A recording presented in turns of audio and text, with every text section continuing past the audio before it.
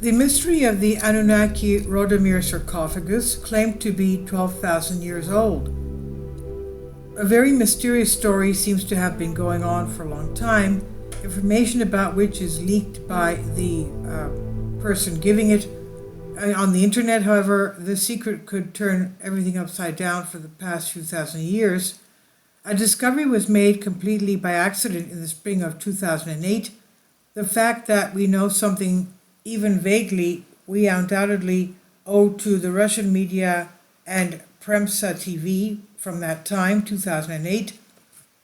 It happened in Kurdistan, when they had to dig the ground to make the foundations of a house, whereupon a mausoleum appeared containing 3 coffins.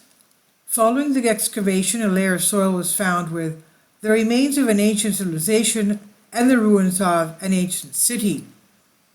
Based on the layer and the artifacts found within it, archaeologists concluded that the monument and the city were built sometime between 10,000 and 12,000 years ago, but when the date was re-examined by the Islamic authorities after publication in the Russian press, they corrected it to just 850 years. However, for many it is considered an official non-truth. If the 3 sarcophagi found in the mausoleum, little has been known. In these concerns only 2, while the content of the 3rd remains secret. Perhaps it's about the king's wife, as we might conclude about the man with the crown. A golden breastplate encrusted with precious stones, but also with those golden ornaments that might adorn a king. The 2nd sarcophagus appears to have contained the body of a high priest who appears to have Slavic features, as opposed to the king's Caucasian features, but the mystery begins from here on. It's said that 5 animal skin books and a map of the time were found in one sarcophagus. The book seems to contain information not only about the culture and history of the people of the earth, but also about the technology of that time. Rumor has it that not far from the site of the sarcophagus, an underground city was also found, with many libraries and books. Some argue that the bodies found intact belonged to Gilgamesh and Enkidu, and that they are indeed 12,000 years old. Others argue that the secret of the 3rd sarcophagus is nothing more than that the body of Anunnaki Enki is placed there. According to the Russian site Runitsa RU, who has the photos coming to the attempt to decipher, it seems to have been proven that the person inside the sarcophagus is not a mummy, but is alive and in a state of rest.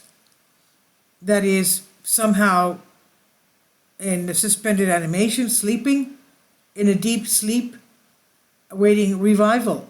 Simply put, at some point he will wake up and be able to make contact with the world. He's not mummified. Now, these findings seem to have been made through telepathic communication, from which we learned that his name is Rodamir. This name is also found in a municipality in the province of Pernik in Bulgaria. When the time comes for Rodamir to awaken, he will be ready to help our civilization deal with critical issues such as major floods. And according to a warning from one of Moscow's most famous psychics, if they approach Rodamir, people with bad intentions may die, as happened to one of the 3 workers who entered the mausoleum, and one passed away on the spot, the other is in a deep coma. They said they were attacked by a huge snake, whatever that was. And in his January 3rd, 2015 interview, the ambassador of the controversial Red Dragon family addressed the issue, claiming that we're seeing an Anunnaki, the sarcophagus, and some other items seem to now belong to the Red Dragon family. The information about the place of discovery is kept in absolute secrecy. So, what do you think? Secrecy? Is it a suspended animation of Gilgamesh and Anunnaki? As few facts come to light from time to time, while great secrecy prevails about the rest, Many claim that it is a big scam, therefore we leave it to your own judgment and you decide what it could be. Please leave your comments and thank you for your support. Finally, support my Patreon account. The daily posts are 5 videos daily and they are totally different from what I have on my YouTube channel. Thank you so much for your support and that you find all my content so interesting. You'll find the Patreon account details in the description box below.